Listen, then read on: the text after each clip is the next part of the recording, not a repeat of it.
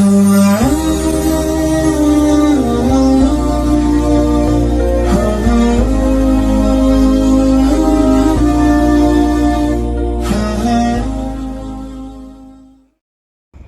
بالله من الشيطان الرجيم بسم الله الرحمن الرحيم إن في خلق السماوات والأرض واختلاف الليل والنهار والفلك التي تجري في البحر بما ينفع الناس وما أنزل الله من السماء من ماء فأحيا به الأرض بعد موتها وبث فيها من كل دابة وتصريف الرياح والسحاب المسخر بين السماء والأرض لآيات لقوم يعقلون سبحانك لا علم لنا إلا ما علمتنا إنك أنت العليم الحكيم. د دین روان دی آیت مبارک کے اللہ تعالی جل شانہ عم نوالہ ارشاد فرمائل چہ وَإِلَٰهُكُمْ إِلَٰهٌ واحد، ستاسو معبود یو دے او دغه معبود دا عبادت مستحق دے اور رحمان و رحیم دے. اس پدی آیت مبارک کے اللہ تعالی دخپل وحدانیت، دخپل الوہیت اور دخپل قدرت دلائل بیانی بندگانو تا چہ دا اللہ دا عبادت مستحق دے اور دا یو دی نو داغی دلیل سدی نو اللہ دلتا پا دلیل کی دا آیت مبارک نازل کو چہ ان فی خلق السماوات والارض. گویا دا یو خود اللہ تعالی دا وحدانیت او دا اللہ دا الوہیت یو دلیل دی، بلخوا دا انسانانو پا حق یو عظیم الشان نعمت ہم دی. دلتا ابن ابی حاتم دا عبداللہ ابن عباس رضی اللہ تعالی عنہ روایت نقل کیا، افرمائی کہ دا مشرکین مکہ دا اللہ پیغمبر لرال او دے ورتوی چی تمونگتا دا کم خدای دا عبادت دعوت راکے نو دغه رب ته ووایا چې زمونږ د پاره دا کوه صفا غر چې کم دی دا د سونې جوړ کړي چېرې مونږ په دې باندې ځان له بیا هتیار والو او مونږه په دشمنانو باندې غالب راشو. د الله پیغمبر په لکه دا خبره راله چېرې الله ته سوال وکم، الله ورته وحي راولېږله چې حبیبه ستا دعا قبلول په مونږ باندې لازم دی، خو لیکن کستا دا دې خلکو دا مطالبه منظور شوله او دا کوه صفا د سونی غر جوړ شو او دی بیا ستا په ما باندې ایمان نه وروړي او ستا د نبوت چې کوم دی اقرار نه کوي نو بیا به غرض دا ټول خلق د سابقه قومونو په شان بالکل هلاک او تباہ بیکم او نیست و نابود بیکم. دا اللہ پیغمبر اللہ تا سوال کو عاجزی کرچ یا اللہ تو چی کم دی تدوی دا عذر زمون دا عذر قبول کا زبا چی کم دی ستا دا وحدانیت پیغام دیتا ہمیشہ دا پارا رسوم دی براہ حق تر عبلم، لہذا دا مطالبہ چی کم دی اکڑا دا دی دا عذر قبول و منظور کردوا اور دوی دا عذاب نہ بچکا. نو دغه دے کہ دا آیت مبارکہ نازل شو چې ان فی خلق السماوات والارض، دا کفار و مشرکین چې د سونی دا غر غواړي نو د دین الوی دلائل الله ما پا کائنات کې پیدا کړی دي د دې د غور و فکر د پاره چې دی پاغي باندې غور و فکر وکي نو زما د وحدانیت خبره به ورته د نور پشان واضح شي. نو الله اوس هغه د خپل وحدانیت دلیل کې بیانې رومبني کہ ان فی خلق السماوات والارض، بشکا د پیدائش او د پیدا کولو په اسمانونو او ځمکه کې د الله د قدرت نښې دي. اسمان ته وګورئ بغیر ستنو ولاړ دی، بره نه چې کوم دی څه ځوړند هم څه سره نه دی، نه چې کوم دی لاندې ورته ستنې دي نه پکې چېرته چوندې شته نه پکې چېرته جوړ شته دومره لوی اسمان چې الله تعالی بغیر ستنو ودرولی دی نو دا د الله د قدرت یو لویه نښه ده چې دا دومره لوی اسمان چې بغیر ستنو ولاړ دی نو دا به چا ودرولی وي دا په خپله ودرېدلی نه دی لہذا دا د الله تعالی د وحدانیت یو لوی دلیل دی چې دا الله ودرولی دی د اسمان او پسې باندې ولاړ دی راغورځېږي نه بیا په اسمان کې چې کوم دی ستوري دي سپومې ده نور دی هغه ځان له د الله د قدرت نښې دي او ځان له چې کوم دی د هغې کارونه دي بیا ځمکه الله داسې جوړه کړې ده چې د انسان د اوسېدو قابل یې جوړه کړې ده په دې ځمکه کې بیا دریابونه دي په دې کې غرونه دي په دې کې ځنګلونه دي په دې کې چې کوم دي نهرونه دي او په دې کې نباتات دي په دې کې چې کوم دي بیا حیوانات دي په دې کې بیا اونې بوټي دي په دې کې بیا معدنیات دي قسمه قسم الله تعالی په دې ځمکه کې خزانې پیدا کړي دي نو دا هم د الله تعالی د قدرت یو نښه ده چې الله دومره وسیع ځمکه چې هغه د انسان د رهایش او د هغه د اوسېدو قابل یې ګرځولې ده ورپسې بیا بل دلیل فرمای واختلاف اللیل والنهار د الله د قدرت نښو کې یو نښه دا هم ده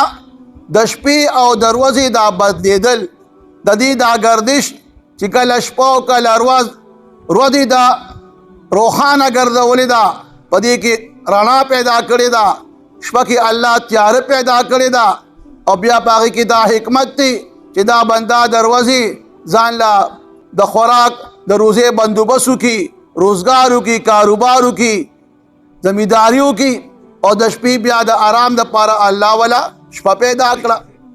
بیا د دې شپو او ورځو کې اختلاف کې او د دې په دې بدلېدو کې د موسمونو چې کوم دی پکې یو قسمه خبره شته چې په یخنۍ موسم کې د شپې چې کوم دی هغه اوږدې شي او ورځې لنډې شي په ګرمۍ کې چې کوم دی بیا شپې چې کوم دی وړې شي او ورځ اوږده شي په جون جولای کې چې کوم دی ورځ غټه وي او شپه وړه وي په نومبر او په دسمبر کې چې کوم دی بیا شپه چې کوم دی اوږده شي او ورځ وړه شي نو د دې د موسمونو په لحاظ سره د دې شپو او ورځو دا زیاتېدل او کمیدل په دې کې هم د الله د قدرت نښه ده چې دا شپه ولې اوږدېږي دا ورځ ولې وړه کېږي دا څوک وړه کوي څوک چې کوم دی دا شپه اوږدوي نو هغه الله دی چې دا شپه او ورځ چې کوم دی په هغې کې د هغې زیاتوالی کمي راولي او د هغې یو بل سره راوتل راولي کله شپه کې کله ورځ کې درېیمه نښه الله اوس بیانوي د خپل قدرت والفلک التي تجري في البحر فلک ویلی شي کشتۍ ته بیړۍ ته سمندري بحري جهاز ته ویلی شي الله په دې کشتو کې هم د الله د قدرت نښې دي چې دومره لویه غټه کشتۍ چې په هغې کې بیا په منونو باندې خلک سامان هم کېدي خلک پکې سواره هم شي او دغه کشتۍ بیا روانې په سمندر کې بما ينفع الناس د خلکو د فیدې دپاره یا د خلکو د فیدې سامان اوړولو دپاره چې په دې کې چې کوم دی خلک د یو ځای نه بل ځای ته سورلیم کوي یا یو ځای نه بل ځای چې کوم دی خپل سامان وړي نو گویا په دې کې د خلکو دپاره ډېرې فیدې دي نو دا هم د الله د قدرت نښه ده په دې سمندر کې معمولي غوندې کاڼې واچوه هغه ډوبېږي ستن پکې واچوه هغه ډوبېږي لیکن کشتۍ چې کوم دی الله په دغه سمندر کې روا دوا کړې ده او لګیا ده د انسان خدمت کوي او د هغه دپاره د فیدې کارونه کوي ورپسې بل الله د قدرت نښه بیانوي چې وما انزل الله من السماء من ماء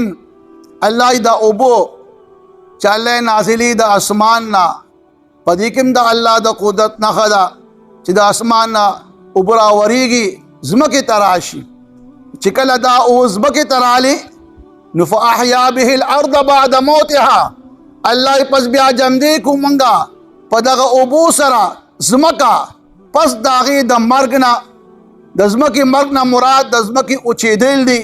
د ځمکې چې کوم دی بنجر کېدل دي نو چې کله د ځمکه اوچه شي او د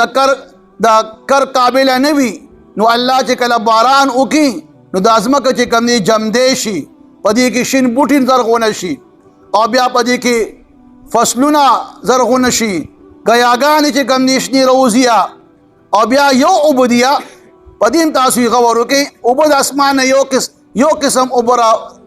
نازلیږي راوریږي او بیا یو ځمکه ده یو خوره ده لیکن د الله قدرت ته وګورئ چې یو ځمکه ده یو عبودیه او د دغه یوې ځمکې اوبونه الله تعالی په قسمه قسم ذایقو رنګونو والا الله سبزی پیدا کوي قسمه قسم رنګونو او ذائقې والا الله تعالی غلی پیدا کوي قسمه قسم رنګونه او ذائقې والا الله تعالی میوې پیدا کوي دا د الله د قدرت نښې دي چې دا څوک کوي دا نظام څوک چلی چې د ځمکې نه چې کوم دي یو ځمکه یو اوبه دي قسمه قسم میوې ذایقو والا قسمه قسم رنګونو غلی والا قسمه قسم رنګونو ترکارې سبزی دا الله چې کوم دي د دې ځمکې نه پیدا کوي نو الله یې موږ په دې باندې ځمکه جمدې کو پس د هغې د مرګ نه ګویا هغې کې چې کوم دي فصلونه پیدا شي میوې پیدا شي غیاګانې پیدا شي ځناور د خوراک دپاره ورپسې بیا الله فرمایي چې د الله د قدرت په نښو کې یو نښه بله وبث فیها من کل دابه الله خواره کړي دي په دې ځمکه باندې هر قسمه دابه ځناور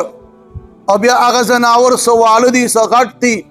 څه په سترګو ښکاري څه په سترګو نه ښکاري څه ځناور د انسان د فایدې دپاره دي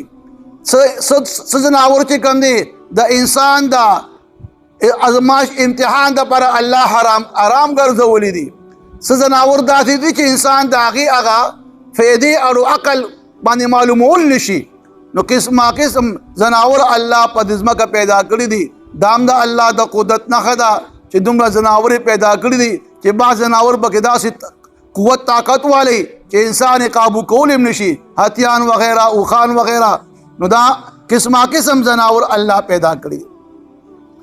وتصریف الرياح والسحاب المسخر بین السماء والارض او بله نښه الله د قدرت خپله بیانوي چې وتصریف الرياح د هواګانو اړول راړول د هغې بدلول را بدلول د هغې چې کوم دی ګرځول را ګرځول د هوا دې کوم د الله د قدرت نښه ده یا الله چې کوم دی هواګانې پیدا کړي دي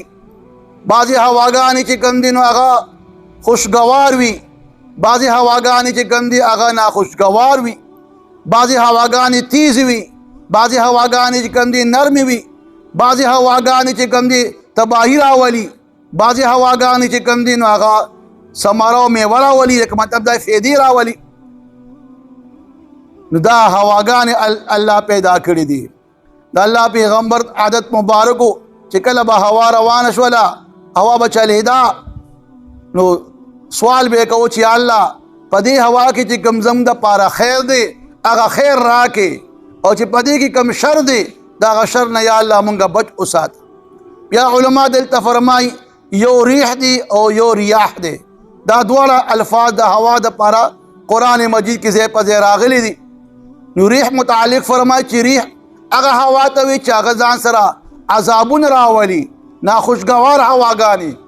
او ریاح هغه هواګانې چې هغه خوشګوار وي هغه چې کوم دي راحت او خوشحالۍ ځان سره راولي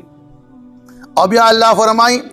بله د الله قدرت نښه بیانېږي والسحاب المسخر وریځې چې د الله په حکم تابع دي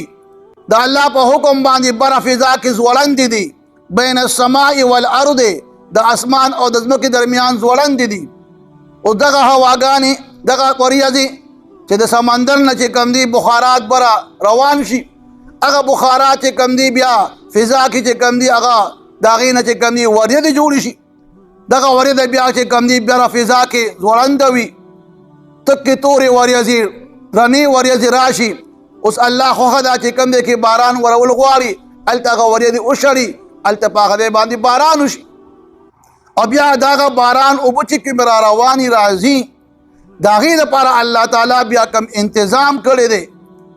که فرقه دا اوبه چې کوم دي خلکو په یو تالاب کې جمع کولی ځان دپاره د ضرورت لپاره نو څه بس خاشوي بیا به تیبون روانو دغه اوبه چې کوم دي الله تعالی چې کوم دي راوریا د ځمکې تیهونو ته ځي او بیا خلک کویان کني او هغه دی چې کوم دي اوبه روباسي بل خوا چې کوم دي په غرونو باندې الله تعالی چې کوم دي دا اوبه دا په اوره کې بدل کی او بیا چې کوم دي هغه اوره صفا پرته وي او بیا ګرمۍ کې هغه رو رو ویلې کېږي او د غرونو میس کې الله تعالی والا قدرتي پیپونه جوړ کړي وي او په هغې کې اوبه را روانې وي د چینو په شکل چې کوم دي بیا د هغې نه هغه اوبه بهر راځي او د خلکو چې کوم دي هغه ضرورت پوره کېږي. اوس الله وی دا ټول چې ما تاسو ته د خپل قدرت نښې بیان کړې د دې دپاره چې لآیات لقوم یعقلون. الله وی دا نښې دي زما د قدرت د هغې خلکو دپاره چې عقل لري. گویا په دې کې انسان ته چې کوم دی دا دعوت ورکړی شو چې ته په دې ټول نظام باندې غور وکړه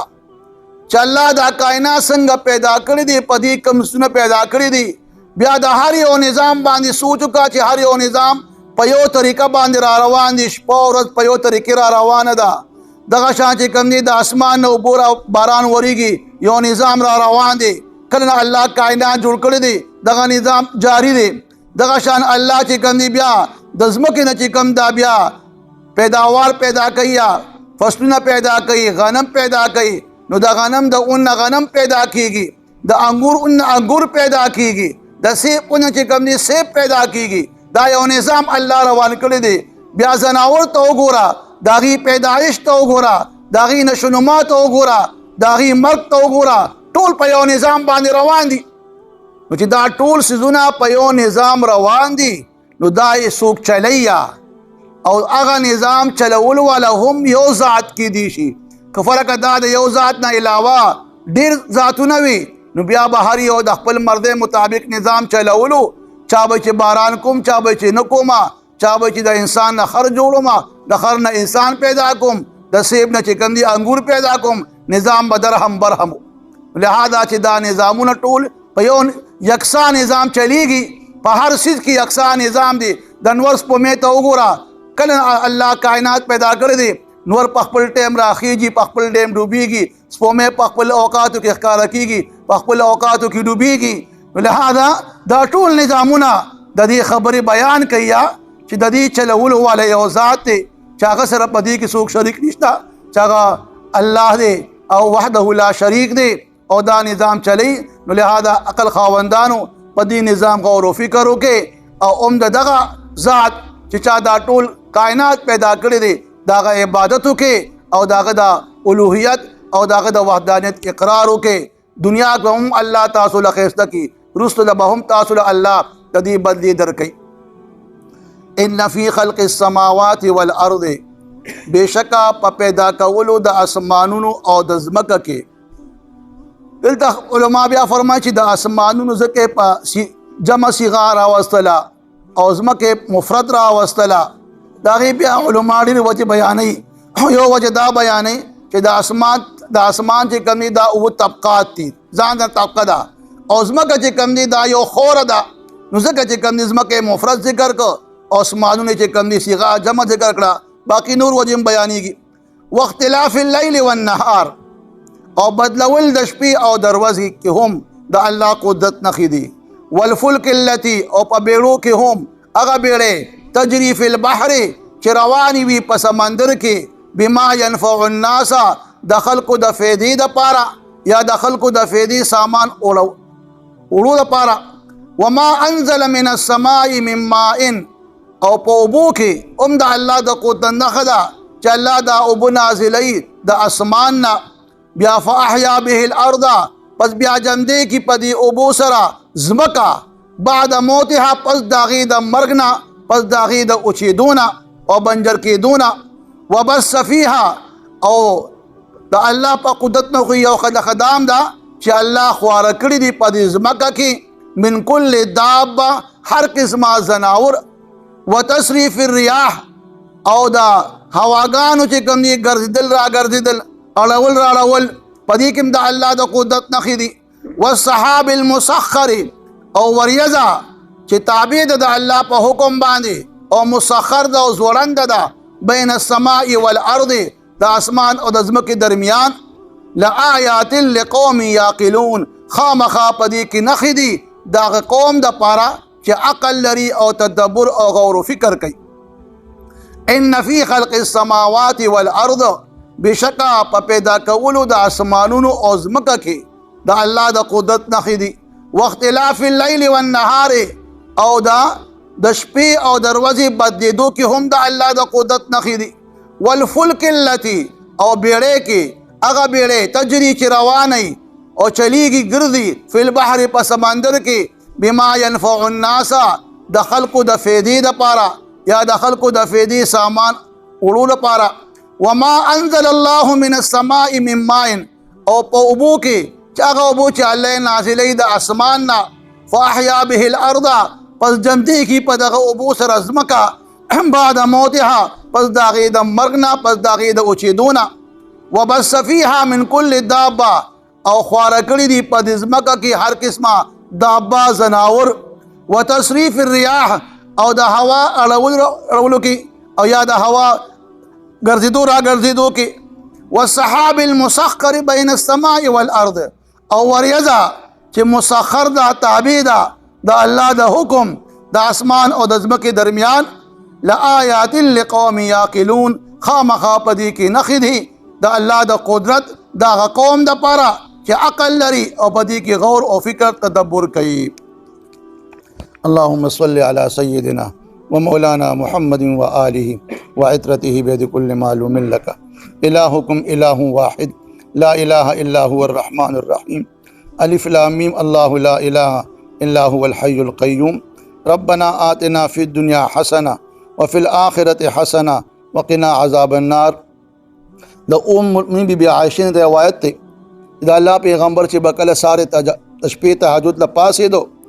नु दो दस नलवान दे बे उम्दा आयत दी तिलावत को चे इन्न फ़ी खल्क़िस समावाति वल अर्द लिहाजा चे कम खल्क़ अल्लाह ताला तहज्जुद तौफ़ीक वरकड़ी भी अक़ीदा आयत मुबारक से कम दे याद की और दो दस नलवान दे दी तिलावत दे कही। इलाहुल आलमीन तमाम मुमिनान मुर्दिगान मग़फ़िरत नसीब की या अल्लाह बीमारान होता सद कामिला नसीब कर दे या अल्लाह जिन परेशानी तकलीफ़ात मुश्किलात रफ़ा के या अल्लाह दम शरी हाजात दख्बल गैबी ख़जानू न पूरा के रब करीम गटोल कामिल ईमान खावंदान के या अल्लाह गटोल नेकान सालिहान के या अल्लाह जिन बची नेकान सालिहान के या अल्लाह जिन बीबियान नेकान सालिहान के या अल्लाह स्ता बंदीगान अजद कमज़ोर ख़ताकार गुनाहगार या अल्लाह जिन गुनाह न माफ़ या अल्लाह जिन नरादिश ख़ातिमम बिल ईमान नसीब के या अल्लाह तपख़बल ईमान साबित कदबी नसीब कर दे और या अल्लाह गटोल द क़ब्र द अज़ाब न तो जहन्नम द अज़ाब न बच के और या अल्लाह हम टोलता जन्नतुल फिरदौस के आला मुकाम नसीब कर दे। व सल्लल्लाहु तआला खैर खल्क़िही मुहम्मदिन व आलिहि व अस्हाबिही अजमाइन आमीन